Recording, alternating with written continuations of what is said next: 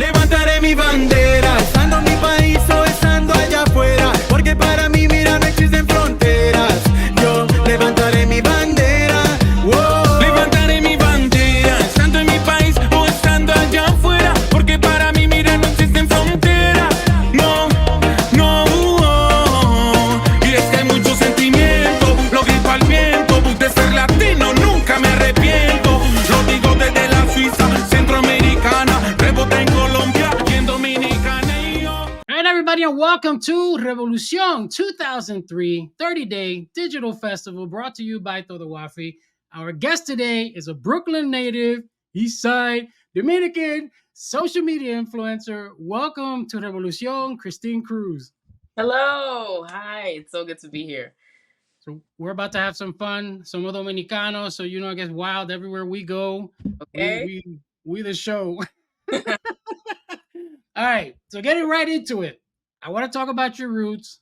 You were born and raised in Brooklyn. Just give me the info. Like, what was your experience like growing up in Brooklyn, growing up as a Dominicana, and then just the neighborhood that you were in. So my family. So I was born in Bushwick, and like you said, somos Dominicano. So I was definitely born into a very traditional Dominican household. And I was born in Bushwick, but then I was mainly raised in East New York. So growing up in a Dominican household, I think you would know it's just very loud. Yes. Very loud, very We were just talking about this like off the air. We were like, they're gonna think that we're screaming, but we're probably whispering. just like, but loud in so many different ways, like loud in color. Like if you ever see any Dominican households, like all the walls are painted like in like bright colors, Well, like they're red, they're yellow, they're orange, they're peach. So like definitely like colorful, like loud in that sense, loud in like speaking to one another, loud with music, loud with the smell of food, just loud with like the energies of like a big family. So I was very blessed to be able to have that. I was very blessed to just grow up in a very like, I don't want to say like sheltered home because we weren't sheltered, but because I had so many cousins, I had uncles, I had tias, yes. that we were always so like siempre estábamos unidos. Like we were always unified, and we always just stuck with each other. And I think not a lot of people, as I grew up, I saw like not a lot of people have that. So that's kind of like what it was. Like I grew up with all my siblings, or my primos, like los tíos, la tías, mi abuela, everybody in the house. So that's kind of like how I grew up. Yeah, and I can relate to that because my family kind of migrates where the other one goes. So we're my grandmother, who was like the matriarch, Right. me hace falta.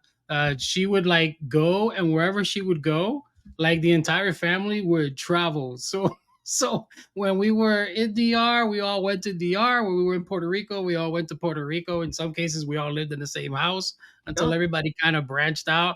So I Yeah. can definitely relate to the whole like family being together. My cousins and I, we were together all the way up until I joined the Navy and decided to start having kids and so forth. So yeah, completely relate. Have you?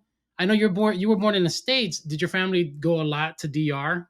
Oh yeah, absolutely. I don't think there was ever. I think especially during that time, our parents definitely had kids at a very young age. So because since they were born and raised in the DR, and then they moved, kind of following my grandma, she was the matriarch as well, and she moved everybody to the States. We still have a whole lot of family that is still living in DR, so we would always go to DR. I think like my brother was like taking trips to DR. My mom would like leave him there at like the family house since like he was like months old. So my family and I, we always gone to DR. Now as an adult, I haven't gone in a really long time. When's the last time you went? Last time I took a trip to DR was last year. Yeah, last year in 2020, was it yet 2021. I took a trip early in January, but I didn't even like do like the local stuff. I did the tourist stuff. So I went to a resort, I stayed in the resort. Yeah, But to know like you went to relax. So you went to relax. That not that really. that kind of, the last time I went to DR and like did like what we would do, as like what my family would do, is like go to the Rio, like go to like like the little supermercado, like all that stuff. It's been a long time. I'm Yeah. probably reaching maybe like almost like 7 years. It's been some time. It's Man, been because for me, it was way different. I went there when I was probably, I think it was like 8.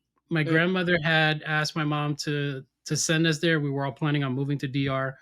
And wow. then so I was there for 2 years, and I came back, I think, at the age of 10 or 11, and I hadn't been back. It was like that was like 88. Now, mind you, I'm already giving my age, but that was 88. And then I think the next time I went was like literally 2 years ago. I took my family because now I have kids and I wanted them to kind of experience the culture. And so we went to DR and I did what you did. I work 18-hour days. So for me, it was like You I need them. wanted to go and Yep. have, yeah. So I went to, Punta Cana for just a little bit. And then from there, I started going to La Capital and some of the other places just to kind of get them to get the experience of the culture. What Hey, was your fondest memory being there? wow, there's so many. I think, to be honest, I think it's kind of just like bouncing around everywhere. I always remember there's this one house. So where my mom is from, my mom is from Puerto Plata. Yep. So every time we do go to DR, we always go to Santiago and we always go to Puerto Plata. Actually, I think one of my fondest memories has to be going to El Monumento. Okay. Yeah, I that's I remember going to the Monumento, and then going to the Monumento is like a regular thing in DR. You go to the Monumento because sometimes they have like the little carnival that goes on there. Sometimes they may have like rides. They always have food there. There's restaurants all around. So and then they also have like the caballos and like the little what's that called? Like the caballos that have the little carriage and that the caballos take you around the whole I don't Monumento. know what it's called in, yeah, I don't know what it's called in Spanish. I'm not sure what Just gonna go with the carriage. Yeah, with the carriage and the little caballos. And I remember going there with all my cousins. I think I have a picture, and it's like me, my cousins, and we had went to like eat pizza. I don't know what it is about Dominican pizza, but it's amazing to me. Like It's different. it's I don't know what they do to it. It's the cheese. I think it's the cheese. I don't know what it is, but it is amazing. Every single time it hits a different nerve in my body every single time I have Dominican pizza. But I think that's a very vivid like memory for me. Going to the Monumento with my cousins late at night and then like just taking pictures and just having a ball. Yeah. So here's mine, and it's because I'm older. So I had the privilege. We my grandmother lived in La Capital, and I Mhm. had the privilege of being in El Malecón Oh wow. when they had the giant like parades and so forth. So for me, I think the biggest one was when I got to see Fernandito Villalona, and he was on the they were on the float as they were doing the parade, and that was for me like it was unforgettable. And mind you, when I was young, I didn't even know who he was. I just knew I loved his music. But Uh, when we were, I look back now, I'm like, man, I got to actually see Fernandito Villalona like and doing the parade. that is crazy because as a kid, like everything is so like big and like you may not have grasped Yeah. who that was as a kid. And then now as an adult, you're like, I can't believe I actually did that. Like I experienced that. That's so awesome. So you go to DR. What's the first thing that you go to eat as soon Oh as you land there? gosh. There's so And many don't tell me the buffet. That's not what I'm talking about because the different resorts have buffets. What's the first Dominican dish you eat? I wanna say, like, depending on, like, what time you get there, like, if you get there early, then, like, you wanna have, like, typical breakfast. You wanna have lo tres golpe, you wanna have, plátanos, you wanna have mango, you wanna have or maybe sometimes yuca. You wanna Yeah. have, the word came out of my mind, was, I was gonna say habichuela. Um, the onions. Moro? Are No, you talking not about moro or what are onions called in Spanish? I'm going, like, onion in cebolla? cebolla, thank you.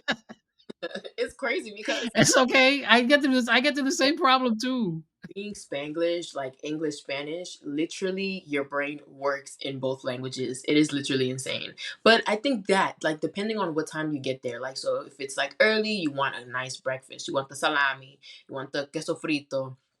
Um, there's been so many times where I've craved like you know how in DR they give you like avena, but it's not like avena. They give you the avena in the cup, Yep. like jugo de avena. Mhm. Sometimes I just have that for breakfast. That and like some That's pan. good. That and like some pan. Oh my gosh, that now, if it's like midday or like maybe getting evening time, I want a bola de queso. I want some pastelitos. I want a yaroa. I want a chimi. I want maybe some picadera. Like pollo frito. That's what I want. Or sometimes, They don't make it, chimneys the way they used to anymore because they can't.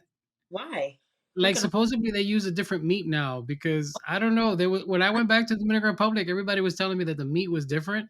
Oh, And so I was like, wait, hold on a second. You guys are taking my experience away. Please tell me that jugo caña is the same. Like yo no sabía eso. I didn't know that. I mean, I could be look, they could have been just messing with me. That's what they Right? were telling me that everything was being made out of like a specific beef or something Oh my. because the other meat that they were using was so I don't know, man. I'm learning something new every day. So I'm hoping that God. I'm wrong because I ate that anyways. But was it good? That's the actual It question. was good, man. There's nothing in DR that's bad. You went Right? through all those dishes. I thought you were talking about like a whole ass day of food. Instead, you were just talking about breakfast. But there's like there's so many different like things that I want to eat. Like every time I go, like there's like specific things like I was saying, like I basically gave you like a whole rundown of like fritura. Yeah. And Like she wrote a whole recipe for us for those of you who are interested in finding that's it. like a whole fritura. But like if it's like what I like food, like a bite of the food, okay. I love me some Oh, moro Moro's good. moro with like leche de coco. Love me some moro. I also love me some pollo frito with arroz amarillo con maíz, and then like Oh, some duros, and then you squeeze the lime on top of the pollo frito. Chef's kiss. That is see, see, that. we gonna have to one day just turn around and go do. They got a food truck here in LA. Yes, I don't know if you've been to it. The I, Caribbean, the so good. It's the I only place I go. Only place I go. which It's is so good. All I have to I right, have I'm gonna move on to your career. Social media influencer, and you focus on beauty and lifestyle. yeah. I'm curious what came first. Were you doing like health and beauty first, or did they kind of like just because you were doing health and beauty, like you were doing social media influencing at the same exact time? Right. I definitely would say beauty came first. Beauty is definitely inspired by the women in my family. When it comes to like getting dolled up, I always admired how much of like a process it was, like making sure like if we knew we had a party we're going to on Saturday, we're getting our hair done on Friday, the nails Hmm. on Friday, and then we're picking out that outfit Friday night because Saturday we're getting ourselves pampered. We're making sure that we're all prepped, smelling good, looking nice. So beauty definitely has always been something that I feel like I've always embodied. Just seeing the women in my family and just seeing how much that mattered to them, like that process. So beauty definitely came first, and then once it came to social media, um, I always wanted to do beauty stuff, but I was always really like shy sometimes. But when it came to transitioning beauty to social media, I started working at a beauty. I don't want to say salon. I started working at a beauty store at the Yeah. time called Elf, and at the time I didn't know how to do much makeup, and I didn't know how to do much hair either. But I was just always so eager to learn more about it, and that's how I kind of transitioned my platform to being beauty. Okay, so what I mean, what did you want to do while you were a kid though? Like, was that always in your vision?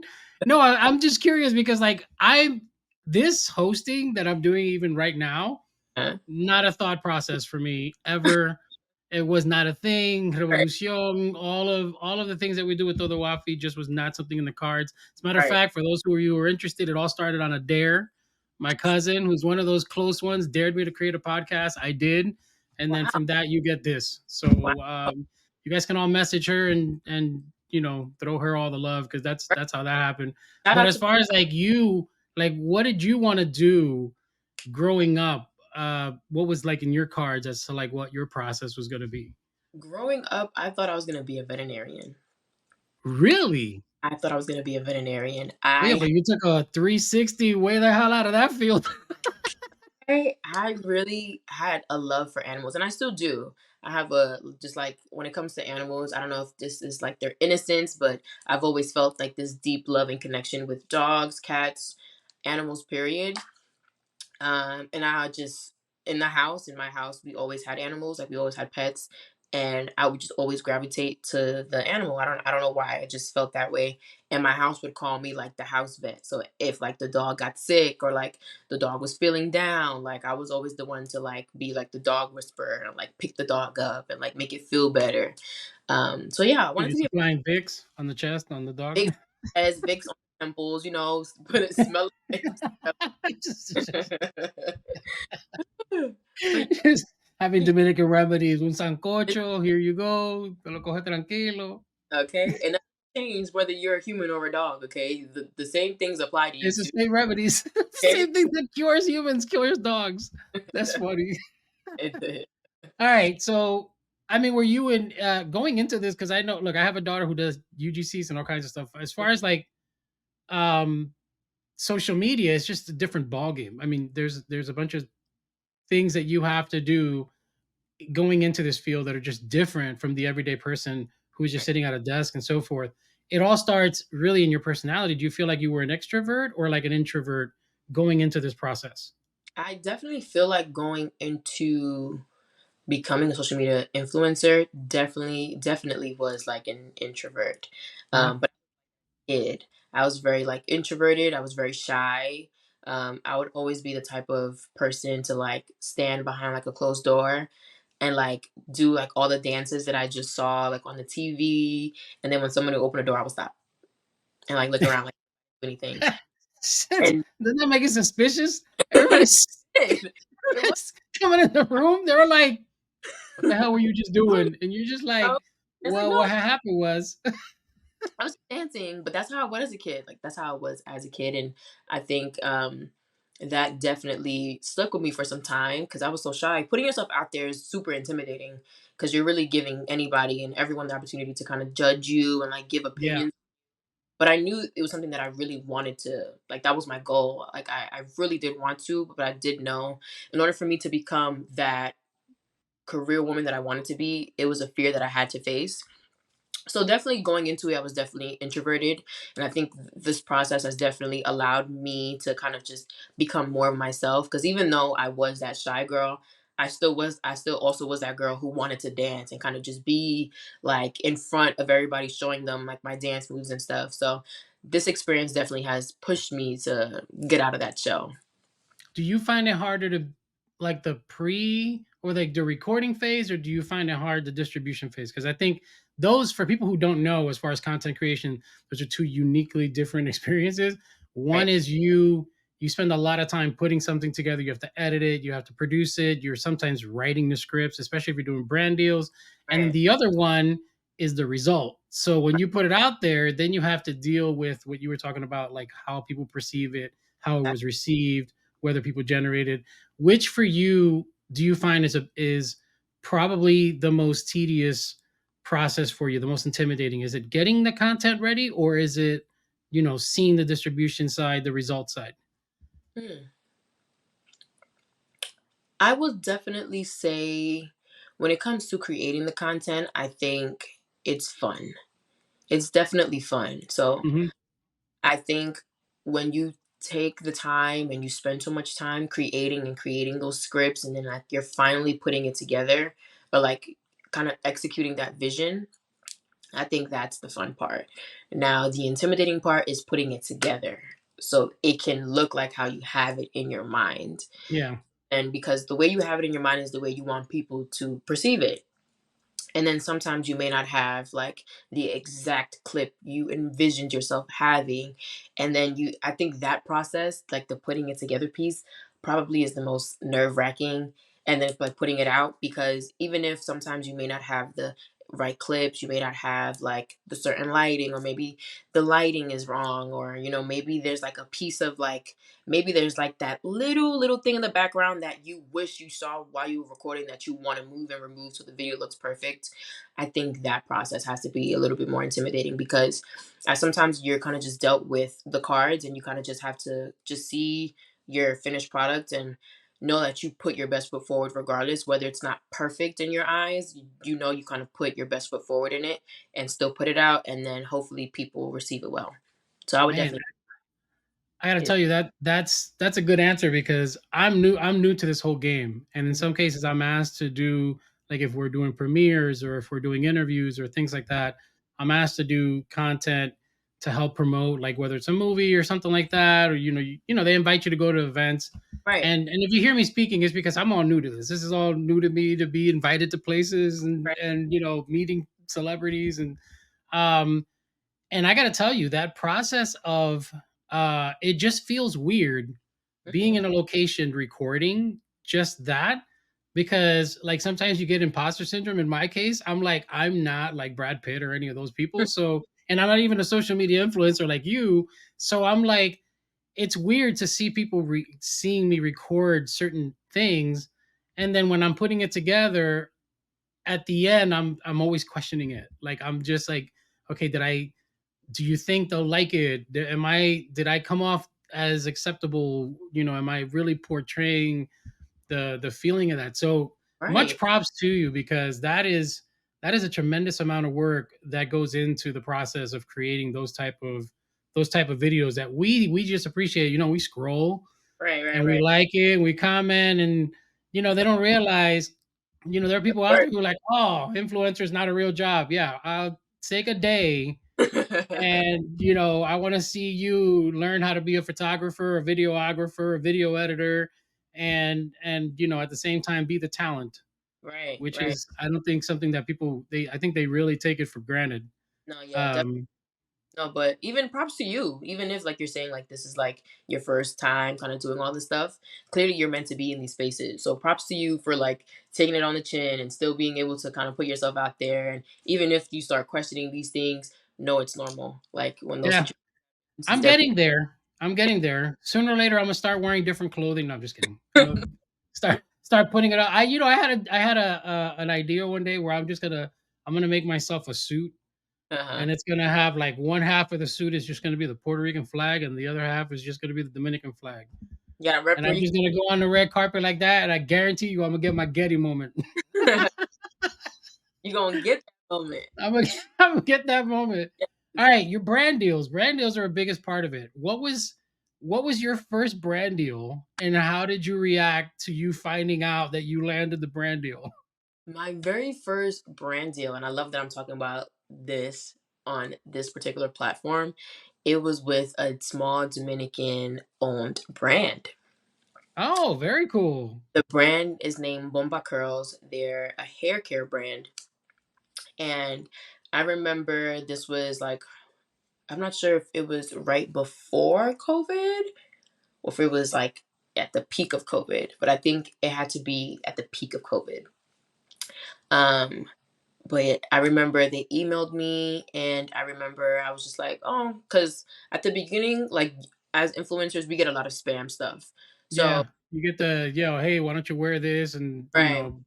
So at the beginning of me trying to put myself out there, I definitely was being very mindful of like who was emailing me. But I got an email from Boma Curls, and they gave me a whole rundown as to why they wanted to work with me. And then I have a cousin who's also a social media influencer, so I run to her and I'm like, "Oh my gosh, like read this for me, like what are they asking me?" And she goes, "They want to work with you," and I'm like, "What?" And they're like, "Yeah, so they want you to give them this video," and I remember I felt so happy, so nervous, excited, scared, all at the same time because I think for me it was kind of just like a, oh my gosh, like I can do this. Like Yeah, I've been at the time I was trying to really like stay consistent on posting and turning my platform into beauty. So for a brand to find me, let alone them being Dominicano, for them to kind of see me and be like, "You're the face we want for our brand." And I was so honored. I was like, "Oh my gosh, like thank you so much." Like even if it was even if the company is this small, one, I love that we're the same people, and I love that yeah. we literally where you come from, I come from, and I love that you were here to support me because I'm equally here to just like I'm just as excited to come and support you. So I felt amazing. It was like a whole ball of emotions, but I felt awesome just to know that someone saw my work ethic and they were like, "We want to work with you." It's so cool that it was actually, like, one of our community that that did that, because I know that in some cases there's a lot of UGC deals that you do where you have to kind of add your own sense into what they're asking for in the product. Right. Whereas in this sense, it feels like you were the product, Literally. and that was just like a combination of adding to what they wanted. So that's a very cool experience. That's awesome. Yep. Now, I know you moved from New York to LA. We have that in common. I Yeah. moved here 3 years ago. I moved right in the middle of COVID. It was at its peak. It looked like The Walking Dead outside. It was amazing because there was no traffic. So, aside from all the other things, I wasn't saying it was amazing because of the circumstances, but Right. I just LA traffic sucks. So was it the same for you? Like, did you move pre or like post COVID? I moved right when you moved. Literally, Right in the heart? right. I literally moved this month last year. I mean, 3 years ago. This right in August. I moved 3 years ago. So I moved like right in the middle, like the dead smack in the middle of, Oof. Yeah. oh, like you said, it was like The Walking Dead. So much wasn't going on. Like it was like Everything was closed. nothing. The everything was closed. The and it's crazy because I had come to LA before COVID happened, so I already had I kind of had like a kind of taste of like what LA kind of looks like. And when I landed, when I got here, I was like, yikes. It's just like, what do I do? Like, where do I go? You can't go anywhere. Can't do anything. And I think that that did a lot for me because once you move to a new state or just a new place, period, and you're in a new environment, it's super important for you to kind of get yourself out there and like find a routine. And I couldn't do that. I couldn't go out and find a routine. I couldn't go Yeah, out seek friends. I couldn't go out and meet people. I kind of just had to stick to what I knew. And thank God I had my family. And like I said at the beginning of this, thank God I had my family because we're all so close. So the family that I moved in with when I moved to LA was the same family that I've always lived with since I was a kid. So it oh, literally, very good. So yeah, you came in. I mean, I was fortunate that, so like my kids all came with me right, on this crazy adventure, and they're all here now, LA bound, and, successful. But yeah, it was quite the trip. I think the only thing that was different for me is, um, I was trying to find my rhythm with the show that I had. So for me, it kind of gave me the space to be able to do that without all the pressures of, all the other things. Also, I worked from home, so I didn't have a lot of the adversities that some of the people who, had offices and service people who did service work and things like that had to right, deal with. But right, yeah, that was an interesting experience because, like you said, we came here the year before, and we just experienced a whole new city. Like, it lit- was unreal. And there's a lot of people who will listen to this from different cities where the restrictions weren't as harsh. right. And I'm gonna tell you right now, LA was on lockdown. Like, it was. I mean, it was practical. I mean, the only thing you didn't see was military. Like, there should have been military because it was just like that. You couldn't do anything. Nothing. No, it was like you said, it was a very interesting experience to have moved then. But I also always tell people like if you didn't move or like switch up anything during that time, which was the perfect time to do anything and everything you Yes, want, I think because I made that very risky transition, I'm forever grateful for it because I have never looked back. that's very good. All right, so we're gonna talk some representation. Okay. And equality. Where do you feel as an influencer, you're a woman of color, dominicana, latina, like, the scope of presentation in your field? Right. Do you feel like you're making headway? Do you feel like you see an improvement, or do you see it where it's still kind of stagnant and we're still trying to push our way into doors and tables that we should already technically be in? Yeah. So to kind of go back a little bit, when it comes to seeing women that look like me who are Latina, who are has how I identify as Afro Latina, uh, Hmm. there's not, at least here, like you said, in LA, there's not really much of us. There's not really much of us. I look at maybe like three, and I consider myself one of them. I consider my prima one of them, and her good friend Iris as one of them. Now you're And talking as influencers, as like on the influencer. Okay. Now, when it comes to just women of color, period, in my space, there's definitely like faces of women of color. But now, is there space for improvement? Absolutely. When it comes to black creators, period, we're always having to work 10 times harder than the average creator. Whether that means we can't just pop up in camera and kind of just come as we are. We kind of always have to be like put together. Our hair has to be done. We have to look a certain way. We're always kind of just having to prove ourselves, kind of just having to, we can have like the best quality work and it still probably won't be just as amazing as another creator who simply can give mediocre and then get all the praise for it, you know? So I think Yeah, I there's was just about to ask you that. I mean, do you feel like you get the same opportunities? definitely no, we don't. As black Okay. creators, we definitely don't get the same amount of opportunities. Like I said, we always have to work 10 times harder. And I think as black creators, we're just hitting the surface when it comes to the opportunities that we're actually reaching for and the opportunities that are given to us. We're literally scratching the surface as to what we know we're capable of achieving. But that's why when it comes to us as women of color, as black content creators, we always have to show up a certain way because like I said, we're always proving ourselves. We always have to kind of show you like why we deserve like these opportunities or like why like my work speaks for itself. This is why. And then it's kind of just like a always like a always having to mentally prepare yourself for like Like you're walking around with a resume on your face every day. always literally always like have Yeah. like always just have to be ready for it all, ready to be in a room with people, making sure like like you are kind of just always on. And I feel like not everyone has to experience that. I think it's a lot of us black content creators who have to. I feel like in this sense we have a lot in common because just even being in this realm, we started a whole media company. What we do, Right. and then obviously there's companies out there that has started a lot earlier that we're trying to at least get in the same level with. And I noticed that when you go into the room, it's a lot more difficult to get the attention of some of the people than it is for us to be in that same space. And I constantly have to, you know, put my step forward or be the initiator, or you know what I'm saying? Like, so I completely agree with you in that sense. What would you say to somebody who is in that position, who is trying to pursue that same field? I would say keep going. I would say there's going to be a lot of moments where you may feel intimidated, and there's going to be a lot of moments where you feel like you may have like some type of imposter syndrome. Um, but don't let those thoughts get to you.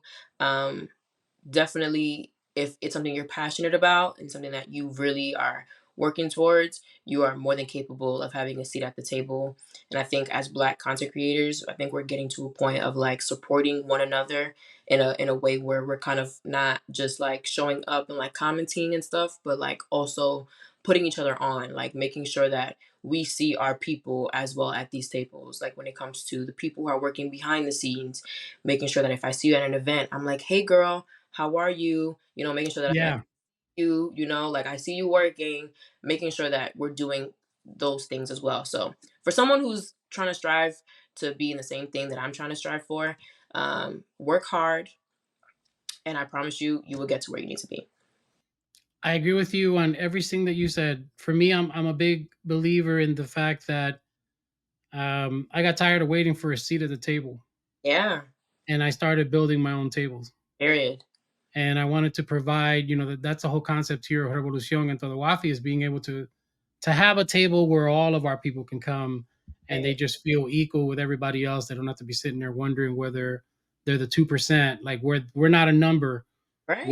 We're a community, so to speak. So that's very awesome. I wanted to play a game with you, just to kind of break all that representation stuff, because everybody's they're talking about representation. Well, we talk about representation because of the lack thereof. Maybe you should just, Hey, you hello. know, if we didn't Hello. have to worry about it so much, we Right. wouldn't be talking about it. So we're gonna play a game. It's called Babbler Would You Rather.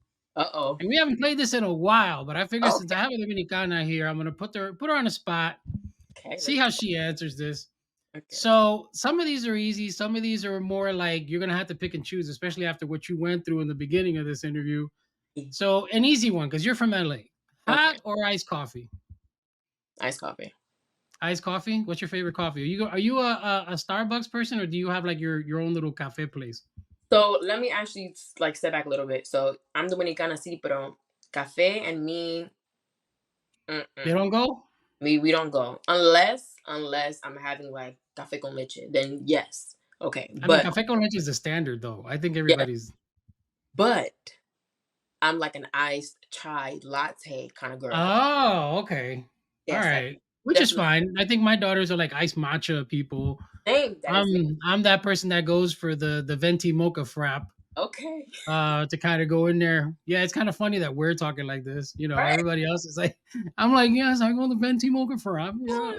Yes, that's All right. So here's a difficult one, oh and you got Jesus. to choose only one. I don't want to hear that. Que si yo que I can't choose. Mango or mofongo? Mango Or or mofongo? mango, Don't tell me they're the same. So, mango, okay, mango, so you like mango? You like the texture of the mango as opposed to the mofongo? mango, Okay, so even if the mofongo came with an asopao that you can just drop right in and just mango. go mango. Okay, well that explains the tres golpes. So all right, tostones or yuca frita? That's Tostones. the tostones. Wow. Okay, so that's a good one. I'm a tostones person myself. I know people who were literally ready to kick my ass about that, They and go we're you. like yuca frita people, man. Ah, I'm just like, yes. that is crazy. All right, so are you? I know you got to the resorts and stuff. Are you a beach or poolside type of person? Beach girl. I'm a A beach girl. beach girl. All Yeah. right. All right. Here's a difficult one. Oh boy. And this is the last one on. Are you a merengue or salsa or bachata?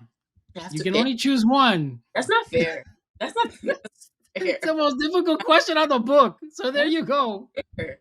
Because we are all. Yeah, but you got to pick one. I don't care. No, those are the rules. That is not right, man. I'm So gonna now say. you got to go. I'm gonna say, dang. Okay, like I love bachata, I love them all. But if I had to, I'm gonna do process of like elimination right now. If I had to pick between those three, I would do I would do merengue and salsa. Bachata Okay, so you're on one. So bachata's moved out of the way. So now it's between the two kings. So you, merengue and salsa.